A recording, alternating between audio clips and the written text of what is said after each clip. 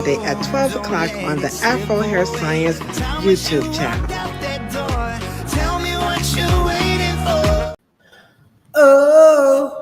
Oh, what are you waiting for? Oh. Y'all like, oh, she can't sing. She can't sing. What's happening? What's happening, good people? Y'all know who it is. It is me, your homegirl, Ladosha Wright, a.k.a. Big Mama. Sure, they wasn't ready for that, was they? Y'all thought I was getting ready to say Key Lolo. I'm still Key Lolo, but I'm also Big Mama because it's official. Yesterday at 2:30 a.m., I officially became a grandmother. And let me just tell y'all, I'm feeling myself. I'm feeling myself. I'm feeling myself. Now, when my son gives me permission, I'll show you guys some pictures, but I got some of me like this. You know, they look so so Cheryl got some pictures. So what's going on? So what's up, Grand T Cheryl? Grand T Oracle. She is going to be quite aware of what to do with her hair. That's for sure. That's for sure. That she is. That she is. But in case you're not, then we say welcome to the 23rd episode of So You Think You Can Do Hair, Skin, or Nails. That's right. This is America's favorite podcast about Afro hair, and you are listening to me, Ladosha Wright, and my PNC, my partner in cosmetology, Cheryl Morrow, aka the Hair Oracle. And today is all about when you feel like quitting cosmetology school, or barber school, or nail tech school, or school of skincare, or becoming an esthetician. Aesthetic school can definitely be challenging because you guys have a very whole different set of, technical, bones and muscles and all this type of stuff. And so we get it. A lot of this stuff can be extremely, extremely challenging. And so today, we're going to have a candid conversation about what to do, when you feel like giving up. But before we get into it, what's happening in your neck of the woods? It's kind of cloudy here. So how are things in San Diego? Is it sunny? It's blue skies, but it started the same way, kind of. And it's had to burn off some moisture, right? Mm-hmm. Yeah, well, as my dad would say, a cloudy day is no match for a sunny disposition. So you guys keep it. And this topic Right is very, yeah. This topic is very, very, very befitting, given what's happening right now. America's got a lot people are going through. In addition, just balancing, school, family, a career. You're trying to level up. It doesn't get talked about much. We got in case you didn't know, tonight is the night for this, right, Cheryl? It's the it's the DNC convention. There we are. Yes, we are voting for Kamala Harris. We have these for sale. Shameless plug. So before we get into the topic, what are your thoughts about the convention that's coming up and all of this stuff about Kamala? She claiming. I'm just amazed that people are just politically ignorant, dog. Yeah, Y'all know they know she the president and she can't. It's all in the Congress and your local politics. They know as a president, she just she got to talk about the big stuff. But the magic is going to happen on your local level and in Congress and stuff. So what's your take on the Democratic convention and all this stuff they're calling her the leftist and she's the antithesis of Bernie Sanders and they said that and see, my whole thing is this is where I get irritated because of the civic ignorance, right? Oh, I like that. Civic ignorance, okay? Relative to what? She's left relative to what? Relative, right? I listened to a podcast about how they came up with that whole left, that leftist And they, America is always on the tip of Europe, and it came out of some people, some aristocracy over in British, and they were at a dinner table, and it was kind of like a loose conversation, and it just kind of became a catchphrase that really meant nothing. And we talk about this stuff, but we have no history behind it. And we go, oh, well, that's what it meant back then. But today, no, it's stupid. I mean, Mhm. I'll be getting upset. Y'all know how Kilolo is, AKA. Now that I'm a big mom, I'm really going to be acting a fool up in this, crying up in here. Well, I will say she's got to address the elephant in the room. Let me tell you, she has the hardest job probably than any president, probably within the last 20 years, because she has a problem. Yeah, what's up, Kofi? We got Kofi Passai from Kofi Passai TV is in the chat doing big things in the literary community. So nice to see you in the chat. So she got some big problems. Yeah, well, she's only got one, and she's got an Israel problem, Yeah, and she's gonna whatever decision she makes on how she's gonna deal with the calamity of what's going on over there, because we are. Uh, I think that we could really change that conversation because we're funding them. We're right. funding Israel, and when you are doing that, so she's got to come up with something. And I think that when she gets that out of the way, I think she needs to just go on over there, pull a black thing on her. Come here, Netanyahu. Come here, Hamas. Come here, both of y'all. Sit your little asses down. well, and at I the end mean, of the day, it's one easy remedy. I mean, well, it's not one easy remedy, but at the end of the day, the West needs to get out of it. yeah, leave it alone. It's between Yeah, A and B. See but your way out. right, well, and she's got to. It'll be interesting how a black woman deals with a total history. Is we're just embedded into that fight. I Just was so just getting ready to say she's probably just gonna, say, we got to because of all the no, I political mean, you got structure between the United States and Israel and all that other stuff. So we may not like what she has to do, but there's always more to it than meets the eye. But I think she, anywho, but I think she will address it head on. She knows she has to. yeah, I think she will have a different take on it, but I still think she'll probably go with the political route and just kind of we disagree, but they have a right to defend themselves. I think they're going to keep saying that. Unfortunately, the genocide, which I agree. It's just very obvious. It is definitely a genocide. You don't kill people like that over no land. Come on now, y'all cut that stuff out. Well, Um, especially when they're only doing it as a response to what you're doing. yeah, Yeah. right. Yeah, so they don't want to talk So about. something's got to give. Something's got to. Yeah, Yeah. right. I mean, as humans, we really just don't need to be.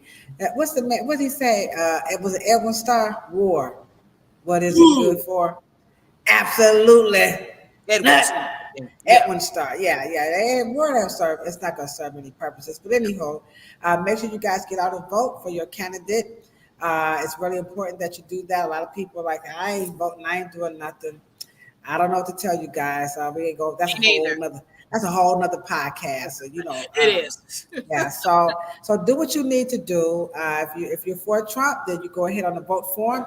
If you're for Kamala, then go ahead on the vote. Because we're gonna win anyway. So I don't even know what the big deal is. But I'm tell you, sometimes when it comes to winning and you're going up against a lot of stuff, especially like you're in school for barbering and cosmetology, you're trying to, understand the epinicium and all this pterygium and all these fancy words, and you're in skincare, right?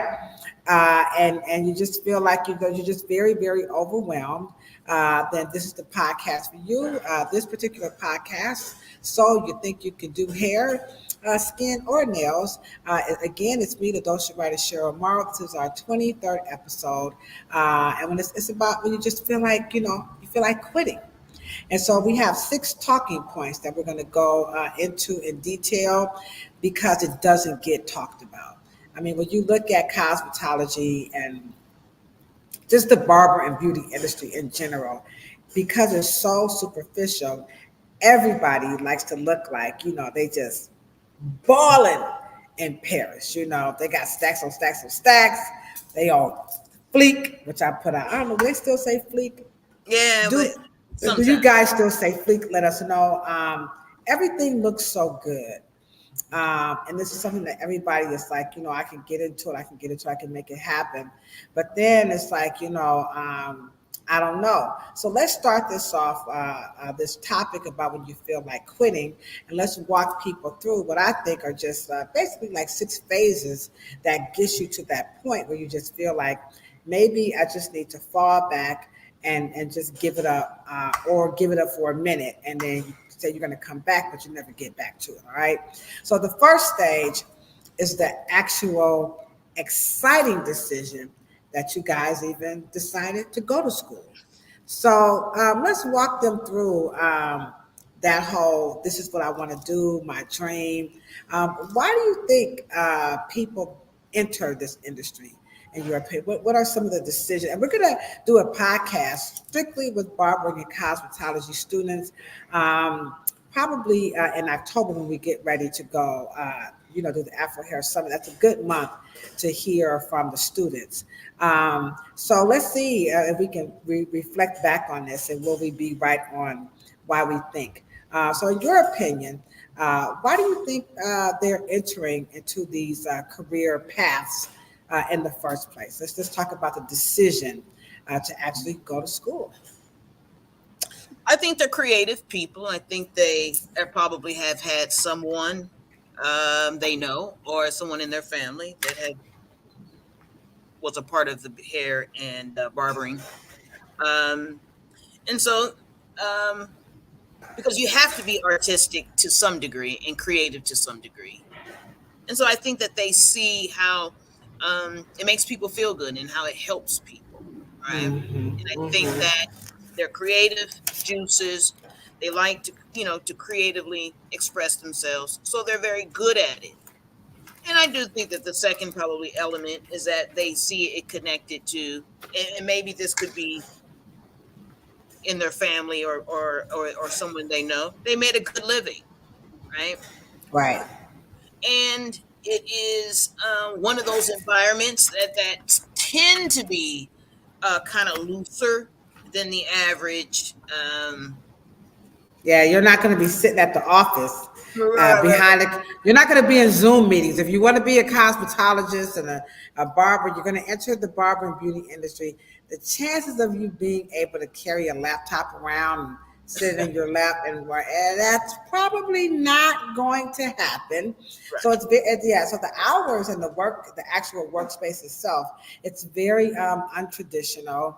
Mhm. But there are some rules of engagement that take place that I think a lot of people probably didn't. You won't be able to take into consideration until you actually get behind the driver's seat or the chair. No pun intended. So we got the decision to enter. Let's talk about their school choices. Now, how are you thinking that people are deciding which school to actually go to? Uh, Take it away. Nearest their homes. Ooh. I And think that's about it.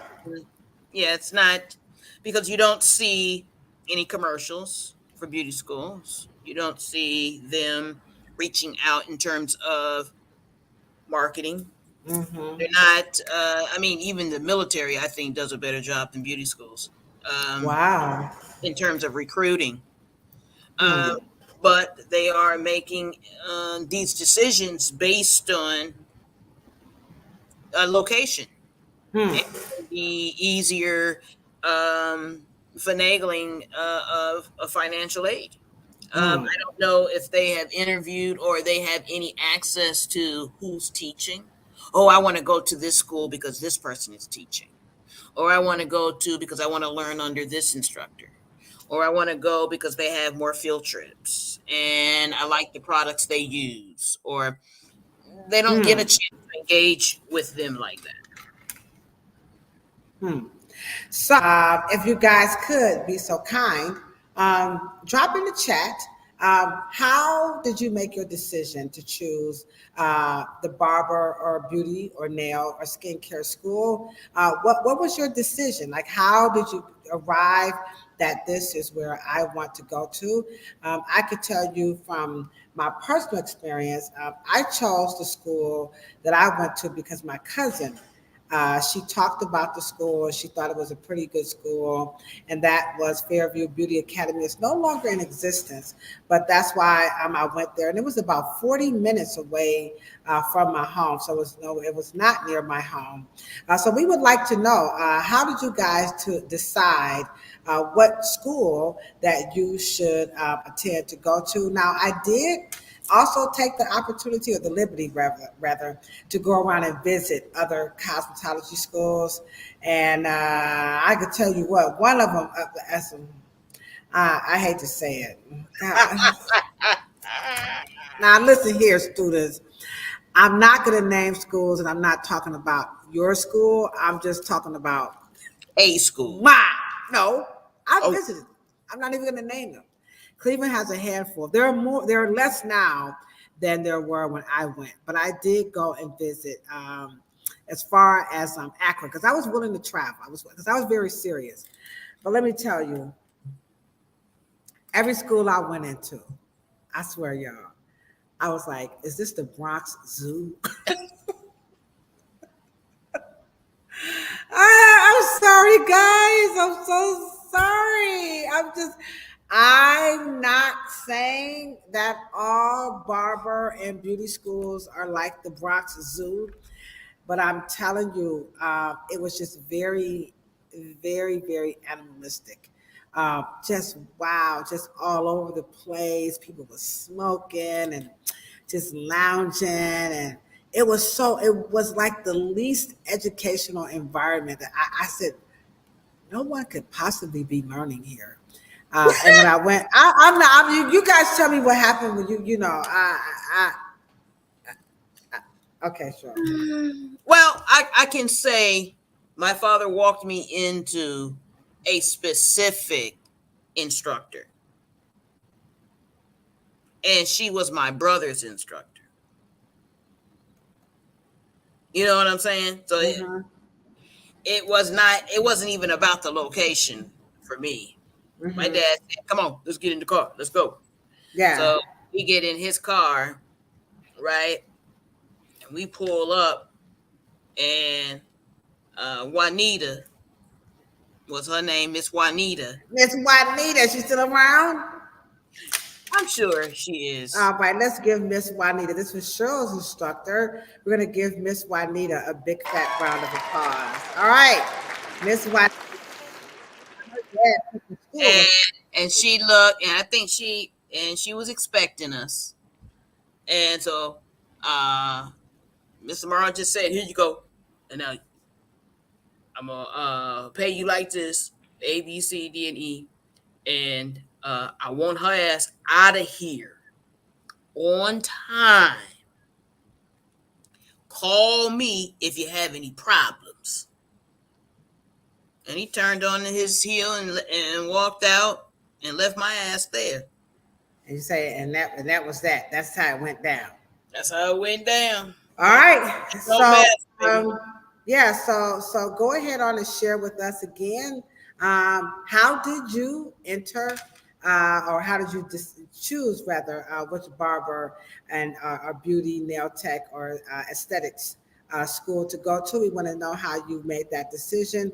But I just, I had to pay out the pocket. I had to also borrow money. I had to take out a loan to go to cosmetology school. So I just know I wasn't about to sit into that situation because I had to spend money out the pocket.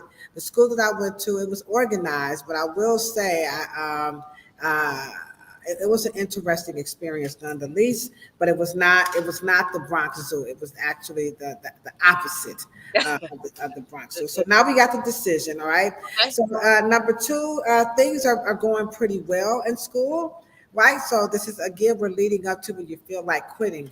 So now you're in school and things are going pretty well. What is it Okay. about cosmetology school in the beginning that students just kind of feel like, I could probably handle this. What do you think in the beginning that, things are just like nothing but smooth sailing? Anything you You want from want me. from me? Little Isley brothers, little Ron Isley thinks it's smooth sailing. So things are going smooth. So why is that illusion that things are smooth in the beginning? It's looking pretty darn good. Because you don't have any responsibility yet. Your responsibility is to get there on time, to get that front seat in the theory room. Okay, my theory teacher was Miss Pat. Okay, Mm-hmm. and if I started, my dad told me to make sure that I stayed my ass in the front. Okay, and then I remember when I started drifting to the back, my dad got a phone call, but I had no responsibility. So what you think you start out as, you think you can handle this because it's gonna start kind of slow. You're just getting acclimated to you know what I mean? You Mm-hmm. really don't have a station yet. You know what I mean? You may have a locker or whatever the case may be, right? Right, right. But you don't really have a space. So you have this illusion that you're going to come in and that this is all that's going to be until you get to the floor. And Mm. that, oh my God, and you have customer, and that's going to scare the devil out of the bejesus out of you until you get to, when you get to the floor. But people have the illusion because you're just staying inside of a book, you're just reading, you're just getting into the theory room, and that kind of like leads you Yeah. into believing that that's the way it's going to be until you start getting quizzes and tests and Right. Yeah, that leads to the next one. Now it's becoming a lot more challenging. You're in the throes of it, and now you see the challenge. Now you're going to actually have to know something. Okay. You're in there, and now you're realizing you can't just do the lookership. yeah. What you're doing at home is not going to jive. So now you're going to start buddying with the actual coursework of what you thought didn't exist, but now you see, whether you're in the Bronx Zoo or whether you're in a austere environment of the Fairview Beauty Academy, you're starting to see already that this is going to be a lot more challenging because you got a lot of theory. You haven't even got to the clinic floor. So the theory, now, when I do visit cosmetology schools, this is where I start to see the breakdown in the attendance. Because I'll go, the clinic floor is looking pretty busy, but when you get to the actual theory part, the the look on their faces, the expression, the whole demeanor, it's very like, Well, why no, oh God, I gotta it's do that. right, it's like torture. They want to get to the tips. You see what I'm saying? They want to get to the whole money part, right? And it's so counterintuitive because you're setting yourself up in terms of really competing against people who know more. And then you don't realize that it's not really a game about just who cuts better because there's a 15 million people who cut just as good as you do. And so it's really based on taking that time when you're dragging yourself into the theory room and you're like, Mm. oh, Yeah. that's going to be where you're going to probably increase your value. And you're not aware of it at the time. Yeah, I think also, in addition to now that you're realizing, okay, this is a little bit more technical. There are some technical terms, some technical mental applications that I'm going to have to be making. I think it becomes challenging because especially if you're at work. So here is it's the challenge. Now you got to study and you got to work, and you have children. It's getting challenging. All right. You got to study, you have work, you have children, or maybe you're taking care of a parent. You Mm-hmm. know, you got to hold that third column can be really vast. You can have car problems that you're trying to take care of. You got a lot of things, all right? And now you're going to try to figure out how am I going to balance it because you got to study. So, what is it about? I got to study, and you have real life that the students are not able to get the gears going because this is real life shit we talking about. You're Right. in school and you got to study, but Yeah. over here you got this stuff that's going to make this situation a little bit challenging. So, what is it they're not doing that's making that more? Because they're building up to, I don't know if I could do this. This could be 3 months in, 4 months in, five, and they feel like, so where is that friction happening between I've got this studying because this is a little bit more than I had anticipated, and now I have all this over here. I got to get to work on time. I got to get my kids to school. I got to, go to the doctor's office, whatever. What are they missing there? I actually think that they can do a lot of studying while they're still on campus or they're still in school. They don't necessarily have to take it home because you can do it in between clients. You can do it at beauty school. There was a lot of time where I goofed off and I could have been doing studying. I didn't necessarily have to take it home. I could have applied myself, gone right there in that snack room, gone right in that theory room and applied myself. Yeah, Okay. what I see is during that time is that they are not making best use of that time. I think, and also like using the language of like what you're taught, because people will always say, "Well, I don't test well," or "I don't do good on tests," or "I had a hard time." You know, when you guys are in school and you're learning your theory part, the challenge is that you're not using at that pivotal moment. Let's just say when you start to learn about um, uh, sanitation, bacteriology, you're learning about the staphylococci and all the other, spores and things like that, that airborne and, blood pathogens, all of this stuff, right? I think what happens is you don't actually make the application with what you're learning at the moment. And now you have your kids coming in. I need homework. I want a new pair of shoes. Your boyfriend, oh, we was going out. Now all of a sudden, oh, now you got to study, you know. And let me just say this too. When there's a lot of myths, I don't study well. Most people who say I don't study well, I don't take tests well, you know, um, I don't rememorize. Reason why is because we don't take notes. Okay, there is and this way you can also help your instructor tell you how to and go do videos on how to take notes because there's you could take notes in shorthand, you can take notes in bullet points, you can take notes in and consistently read your notes, read your own notes, you put them in your own writing, don't scribble, really organize your notes so your studying can be 15 minutes less to just go over, write yourself a paragraph in terms of a synopsis, what I learned. What does writing do for them in school? Like you're in cosmetology school, you're in barbering school right now, you're reading and you're jotting versus what you're talking about. Because now we're getting into, now it's becoming challenging. So what does writing things out that you're, while they are in school, what will that do for them? What's up, Fatu?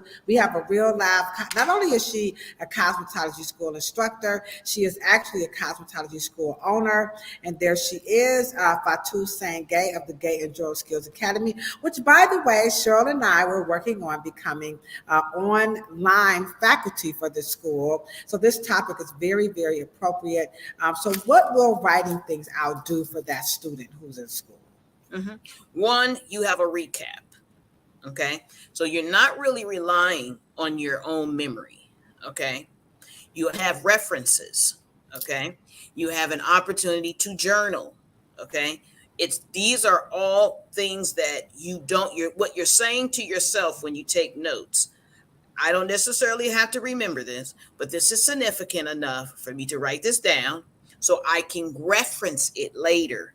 I can go back, and it also will jog your memory about something else you may have not written down, but it also serves as good study and footnotes on things. So you'll always have your notepad on what you do daily so you can always reference it.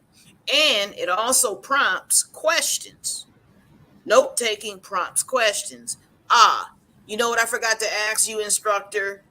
A, B, C, and D, because I didn't get that clearly, but I don't have it written down here. So can you Mm. go over that? You know what I mean? Taking notes gives you a break. So it's your best friend actually because it allows you to keep a kind of a memorandum almost of a collection of things that reminds you to either look for. You don't have to retain the information at that point. You can transfer back home and forth to school, and then you can take while you're coffee in the morning. You can just look over them, and it keeps you fresh. It keeps you reminded. It keeps your head in the game. Okay, and note taking is just and then too. Let me just say this to all instructors: please teach note taking. Mm-hmm. Just, just like Mm-hmm. just like 15 minutes before for your newbies, because it's a way to collect information that they would not necessarily retain in their Yeah, memory. yeah, I would agree. I think that also when you write things down, I think it also help gives you a visual reference because sometimes you can actually visualize and read and see like, oh yeah, I did write that down. I do remember what that means. So guys, don't take your whole writing. Look, nobody has to see it. So don't worry about, oh, I didn't spell it right. Did I indent? Did I put a comma? What we're saying is it's very important to write things down because you're at the point now where okay, it's challenging. You're not ready to quit yet, but it's a little bit more because you are currently incorporating your other half of your life, your significant other, your children. Maybe you Mhm. work a part-time job. Maybe you have Absolutely. transportation issues. Maybe you have money issues coming up against that you have to study. You're going to have to know this stuff. All right. So now let's move into now Cheryl is getting difficult because now not only did my study habits falter, but now I'm kind of a little short on my payment. It's getting a little challenging. I'm short on my payment and I don't know, should I help my kids with their school supplies? Should I pay for my school tuition? And I got gas money. Now it's getting kind of thick up in here. Um, what do they do in those difficult situations that they still got to study, right? But now it's getting difficult because they have a fee and they have study and they have life issues. Well, it's an investment, and I think that as long as they look at it that way, not just an investment with, you know, finance, but it's an investment in your lifestyle change. And come on, guys, it's um, it's 9 months. That's why we encourage you to get in and get out. Right. Don't prolong it. I'm gonna tell you, I'm gonna go there. I'm gonna tell you where it's getting difficult. Again, here's what I see. I went to school. Well, though it was about almost 28, almost 30 years ago that I went to school. But I see it now because I still go to the schools and I do lots of presentations. But what I see when it becomes difficult, when it comes to finances and family, it's the extracurricular activities, Mhm. the drinking, the weed, the partying, the going to buy some food. You can't eat out, guys. Some things you're just gone, like Cheryl said. Once you decide that you're going to go to school, a lot of your extra curriculum stuff, you're just going to have to let it go, especially if you have to contribute financially to your tuition and you have a family. If you know your car is kind of like I don't know if it's gonna last me 9 months. You don't need to be running to McDonald's to the chicken wing shack and buying chicken wings. You don't need to be giving the weed man no 30, 40, So why can't they do these extra? Because this is where, to me, that's where it's difficult because they're trying to balance all of this and they still feel like they have a right. I gotta, but I need a joint. I need some weed. I gotta get a little bit. I got at least I can have a 40 or, I can get a shot, a Douce. You know what I'm saying? I mean, come on now. I'm in school and sometimes I need a break. I didn't have time to pack a lunch. So I just ran over and I just bought me, a wing dinner. You know what I'm saying? So why can they not do those extra curriculum things? Because it's added. Well, here's the thing. How you start is how you're going to do it in the present and how you're going to do it in the end. And guys, we're not talking about law school. We're talking about barbering and beauty school. It's an investment. And when you take some of those investment dollars and you allocate it to something that has nothing to do about putting something in your pocket, you're not investing that whatever money that you can just, wait until you're out of beauty school instead of giving your, buying shears or buying a clipper or buying something, a magazine or a book. You have to remember, you are your first VC. You are your first venture capitalist. You're investing in you. You can do anything you want to do. But at the end of the day, you only get out what you put in. And Mm-hmm. so it's you I'm preaching to the choir. Every student, everybody has had this conversation. The instructors have given you guys these conversations. Your barber mentor has given you this conversation. Your hairstylist mentor has given you this conversation. Your mama and your daddy and your aunties and your uncles have given you this conversation. Do Mm-hmm. it now or do it later. Pay now or pay later. I mean, it's Mm-hmm. but we do have to make decisions about how you allocate the extra curriculum dollars that you could have instead of saving it in investing. You are your first investor. And Okay, now I'm about to switch it up. Y'all ready? I know y'all like Kilo. We can count on Kilo to just kind of. I'm gonna flip it just a little bit. I ain't gonna take the coin and flip it all the way over. I'm just gonna. I'm gonna spin it. How's that? Let me spin the coin. All right. Now okay, we're talking about people because now we're on our fourth point. We went from the decision to go. Things are going well. Things are challenging, but now it's getting difficult. It's getting kind of hectic. All right. And you got Cheryl is taking you guys through. Okay. When you're coming up against, you got to study here, but you got all this dichotomy, this stuff going around it, right? But what about when your parents are giving you everything? What do you say to those cosmetology, barber, nail techs, students who are in the school of aesthetics? What are you saying to those who are like, I don't really care because my mom and daddy, they help with my tuition. Because, we like you, Cheryl. Our dad just walked in and they knew, you know, Miss Pat and said, yo, I'm going to pay for this. So they're not really giving it their all, but yet they're in the crisis because now they're passing, but they're not making it like they want to. What about those students? I don't. Well, it depends on the parents at that point, because I can tell you right now, Mr. Morrow expected me to do uh, tremendously well because of what he was doing. So, I mean, I would say something, but I Don't never. want to say it. I, Is the reality? Is that let me say it for you. Let me know if I'm wrong. And I know y'all like Ladosha, you did not say that. Yeah, I'm gonna say it. You know, is it that their parents are just paying for them to just get out the way? Like here goes some yeah, money. my parents Go to didn't do school. it to get out. Leave me the hell alone. Go on somewhere, child. I know, no. And that could be, but I never Mm. forget.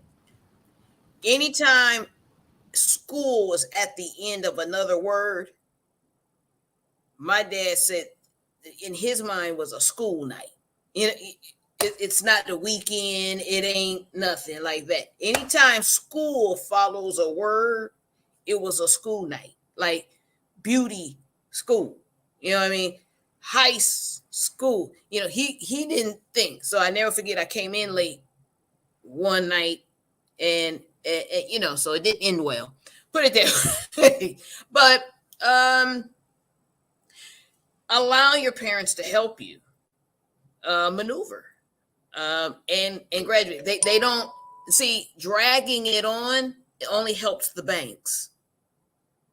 Dragging it on, and if it's governmental, it's only there for a certain amount of time.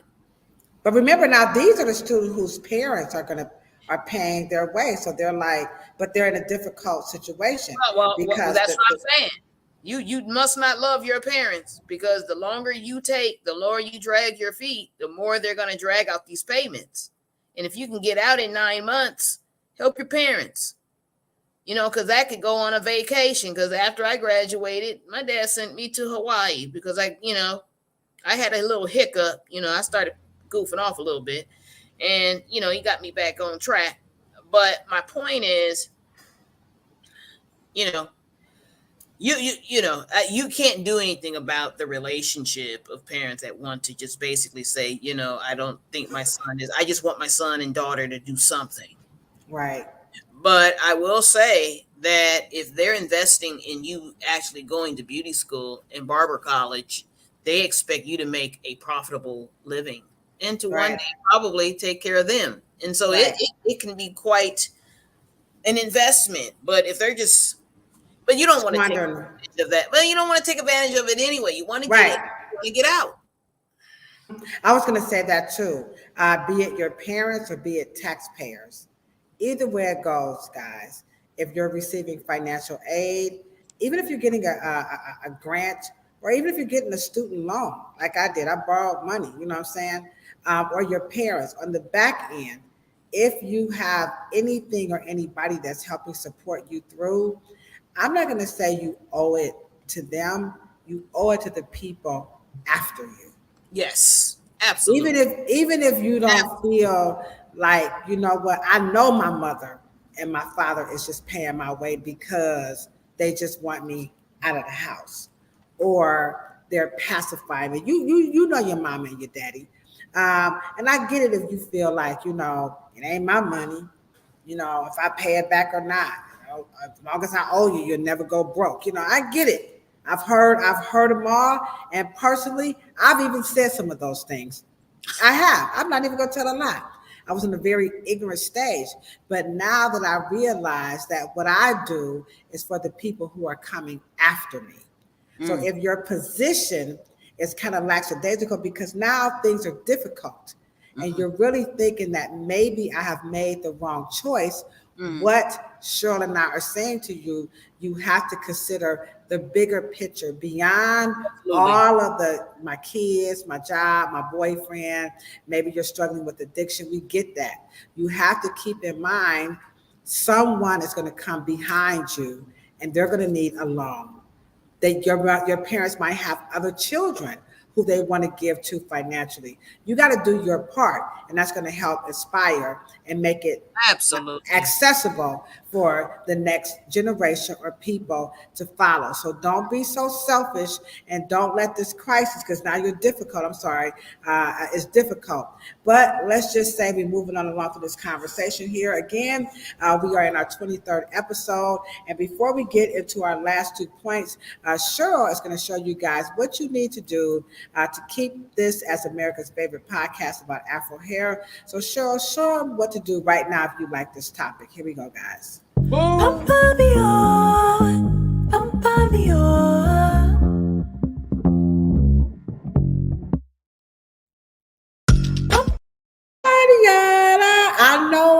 I know. You're watching the podcast, you're scrolling, you're looking, and you like, I feel like quitting cosmetology school. I don't know if I'm going to make it through barber, nail tech, or the school of aesthetics. With Cheryl and I, we are now 5 points into this topic.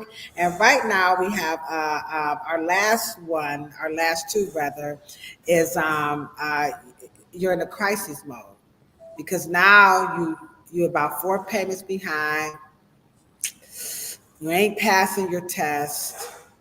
Your kids, your rent is still due. Your car barely made it. It was kind of smoking. I can relate. Y'all think I'm telling you, I'd have been there. You got a roach in your backpack. I know. I have lived with roaches. I'm not even about to try to perpetrate. I'm telling y'all, the struggle is real out here. What we're saying so far is that it's how you handle these situations, and some of these we are contributing. We are adding fuel to the fire by not doing the things that Cheryl and I have suggested. And we also want to know, we want you guys to drop in the chat if you could share with us, how did you make your decision to go to that particular school? What were the determining factors? A couple of shout outs here, right quick. Over here on Instagram, we got The Real Heaven. Keratin Experts, we talked about you before. You've been rocking it out with us. We appreciate your support. What's up, Kenneth? What's up, Rachel? What's up, Miss T65? And the Ethro Woman. That's a beautiful name. We appreciate you guys over on Instagram for showing us mad love. So let's get into it. The number 5 show, now they're in the crises. They're behind. The parents are like, I'm not paying for you to go to school no more. I'm sick of your shit. Every time I turn around, I'm paying for you to go. You're almost there. Now all of a sudden you acted like you don't want to go. Why do they get almost to the end and they want to flip flop? And like, I don't know if I really want to do this. Fear. Fear of what? What are you? No. Fear. Let me just say this. I want people to understand something, because words, and I don't know if you guys are used to me when me and Ladosha have these conversations, and language and phrases and words are very important. When people say afraid of success, right? Or they say afraid of this or that, and it all comes down to fear. I don't mean fear for the sake of fear. Fear always follows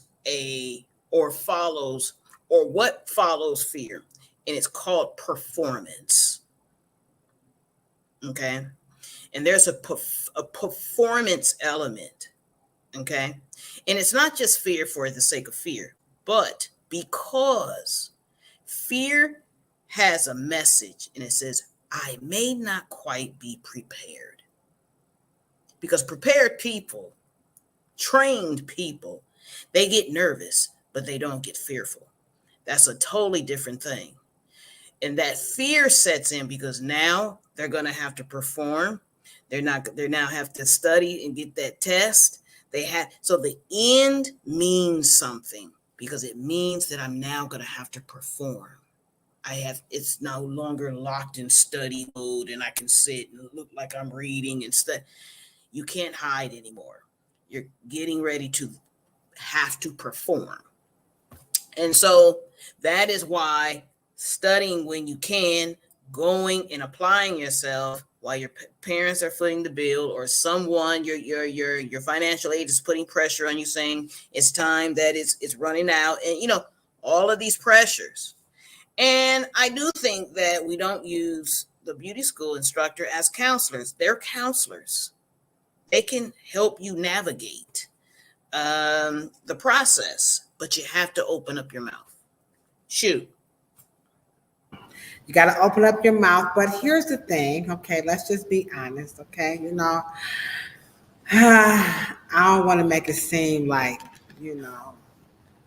that I need help. I don't want people to know my business. I don't want to make it, because that is real, especially for a lot of guys and mothers. I think people who don't have children, they have a different set of, I feel like, quitting compared to men and parents. And so let's talk directly to the brothers who, like, I'm really not one to be asking for no kind of help. And let's talk to the mothers who are like, it's the decision between my home life and my school. that I'm in a crisis now because every time I try to do something, I don't have support from my baby's daddy. I'm already, I'm barely paying rent. I'm in school. Then the guys are just like, I don't, I ain't with that talking because now they're in a crisis. So, can you talk directly to those two populations? Mhm. And let me just say this. And no, I didn't find myself in crisis, but I did find a dip in my interest. And I Yeah, found a that's real talk, y'all. That's real talk. So we yeah, know what you guys are going through. yeah. And because the beauty field is a self motivation industry, you have to self talk yourself out of your predicament, and it does it doesn't require a lot of collegiate hours. It doesn't require a lot of heavy um, showing up in terms of like four-year universities or things of that nature. But that is why we should prepare for those kinds of things because it allows a lot of distractions in. And let me just say this, not as an excuse, but usually crisis has a cause. And you also can call a family meeting if you are not being supported. You also can allow your instructors to in on and I know key low. I know you said, well, I ain't at that kind of talk. Well, guess what? Like we said at the beginning of this live, something's got to give. Hmm. Yeah. I mean, I think the other thing too is like the thought processes around cosmetology, barbering, nails, and skincare. For a lot of people, it's kind of mediocre. It's not really up there. And I think, the argument could be, I'm not in everybody's mind for certain. And this ain't rocket science. It's not like we're about to be neurosurgeons. It's not like we're a bus driver where we could careen off the road and kill a bunch of people, or, a chef where we could leave something out too long and people could get, poisoned. I mean, it's just hair. I think that is one of the challenges is that people don't take their thoughts Mm, about this career as very, because the onus is on you to go there. So I think it's the dumbing down, which made I didn't really. That was my reluctance in becoming a cosmetologist. Is that people think that this profession is full of stupid people, and now they're in a crisis and they're contemplating quitting. So let's just get real candid about, you stoop. This is a spot, a place where, this is a vocation, right, and and this if is why. go there right quick with me. We Right, right, got a few more minutes. and let me just say this, and this is why probably why people don't vet a beauty school. See, we do vet, colleges because we're looking at the 360-degree elements. How's the faculty? How's the counselors? How do you support? You know what I mean? Like how do you how do you really support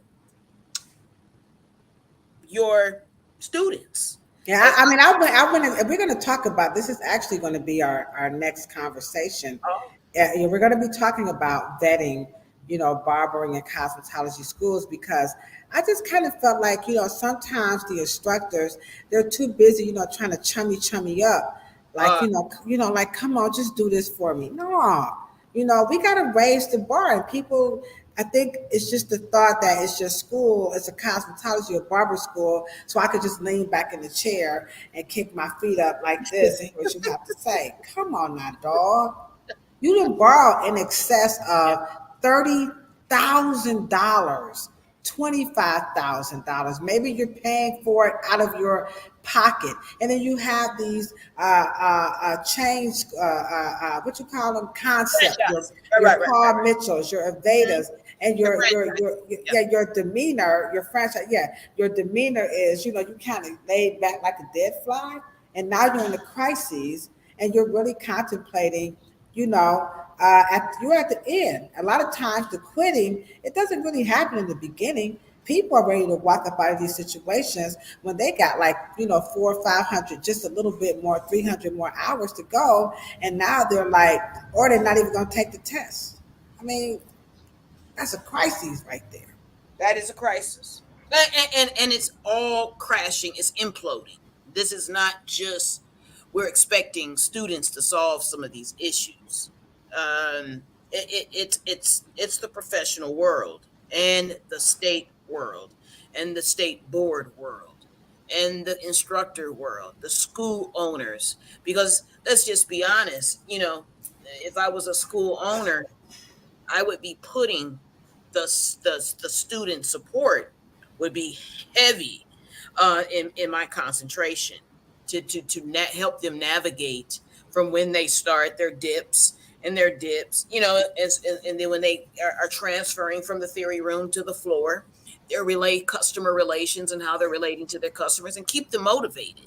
Yeah, because I think that when you're in school and that environment is just so lax, I think how it prepares you for the real world is going to show up in your paycheck. It's going to show up and where you want to go and work. And so this is why we're going to talk about that on our next episode. And then we're also this Thursday we're going to have the one and only, the legendary Cleveland's very own Mr. Chris Blue. That's this gentleman here. I have another picture right here. Here he is, Mr. Chris Blue. If you know him in Cleveland, this is one you probably don't want to miss. I'm going to be talking with him later on this afternoon. We're going to have a candid discussion. We take this industry very, very seriously. So we're going to give it up for Mr. Chris Blue. Yeah. And we think some of these things, because the topic that he's going to be talking about is the mass exodus, from hair salons to the salon lofts, and the role, that education plays in some of this. So again, we're going to be here on Thursday, and that's going to happen at 9 o'clock p.m. And we're going to be interviewing Chris Blue. This is Cleveland's very own. He is everything in the industry. He's worked in every capacity that you can think of. And Cheryl, I think you guys are going to love it. Ivy did a great job. Mr. Renato, Jerome, he brought it in so good. Hell, we even had a cosmetology instructor come in and say, I had to break the chat because the talk was so good. And so you're talking about elevation. And Yes. remember, Cheryl and I, we are going to be in Houston. That's right. That's the weekend of October 5th through the 7th. And on Sunday, we have a class, and this is Beauty Under One Roof. Again, that's Beauty Under One Roof. And this is the Beauty and Barber Show in Houston, Texas. So we are going to be there live and direct. And we're going to be talking about this very topic of how you can elevate under the guise of the Afro Hair Science Summit. So, Cheryl, okay, it's going down. Okay, we're going to wrap this up. So now we have went through the 5 stages of you want to quit. You start off, hey, I'm ready to go. You gun home. Second, things are going well. I got this. I can ace this on 22s. Rovers, not Hondas. It's challenging now. It's very challenging. Things have become difficult. You're in a crisis mode, and you're just like, now, should I stay or should I go? Should they stay the course or should they quit? Well, I mean, in the terms of the Kamala Harris's theme song, Freedom, because, you know, people don't quit on themselves, right? People who are very, and I think you said it best, it's the big picture people, not your immediate feelings, not your immediate incidents. Tomorrow it may be better. It just relax and make sure that you understand personal investment. I think it's the highest honor of humanity. Mm. Especially, it is a great symbol of self love when you say, self, okay, calm down, take a breath. This too shall pass. And I want to graduate. And you can't replace the feeling. So email us, reach out and talk to your instructors if you're having a little challenge. say something. Hmm. And the reality, is there a point where a person should just, like Kenny Rogers would say, you got to know when to hold them, know when to fold them, know when to walk away, and know when to run. Is there a point where a person should just say, you know what, nice try, but it ain't for me? How do they know that this is not? Kilo, you and sure can handle that, rock that funky joint, but stick a fork in me, I'm done. Well, you can, because just because you have crisis, you still have fun. It's still enjoyable. It's like it's still enjoyable. When it's no longer enjoyable, because I'm sorry, guys, you're not coming in. This is not a blue collar career. This is this is the red carpet. This is fun. This is making people feel good. This is the most heartfelt, beautiful work that you can. This is a career. This is not a job. So if it feels like that, then I would encourage you to find your passion, find your self confidence. And if you want to, and let me just say this, there's a lot in this beauty industry that you probably can shift to. Maybe that's what your counselors, that's what mentors are for. Maybe you can just be a beauty content creator. Maybe you don't necessarily have to Do hair. that way. Yeah. And Yeah. so, but find someone, open your mouth and have a conversation with. Because best believe, nonverbal communication speaks way louder. You could be behind the chair looking the part, talking the part, dressing the part. You've come through all these five stages. You decided to stay. But at the end of the day, I don't care how cute you are, how nice you look. What does Jane Carter call them? The bathroom hotties. You're in the bathroom doing your live, and you're like me. You got a ring light, sitting in front of in the air conditioned room with your little jacket from the Gambia. Big ups to the students at the Gay and Girl Skills Academy for the fresh gear. All this, that, and the third. You got all of that could really be the part. You can look that part, but trust me, humans know human souls. Yeah. And even if they, and I'm not saying that everybody who feels like they can read you, they are on point. But at the end of the day, people know when you're just perpetrating the fraud. Absolutely. And save our industry the headache. If it's not for you, then like Cheryl said, look into your other options. You bow gracefully, and please follow your passion. But by no means should you ever give up on yourself, no matter how difficult it may be. Because like Cheryl said, it's going to pass. I'm going to recommend a book that I read. It's by Gary Zukov. I actually saw him on Oprah Winfrey. It's called The Seat of the Soul. And this was a time when whatever Oprah said, read. Remember that show? I don't get that book. Right. And I was definitely in the Oprah fan club, which, by the way, Charlotte, we were talking and we found out that Phil Donahue passed away yesterday. So before there was Oprah, there was Phil Donahue. And I don't know about you, Cheryl, but I used to love me some Phil Donahue. Did you like Phil Donahue? Absolutely. Absolutely. Thank you, Don. Mr. Phil Donahue, for the good information. I mean, it was Yeah. informative, and just thank you for all those years. It was wonderful. Yeah, I love.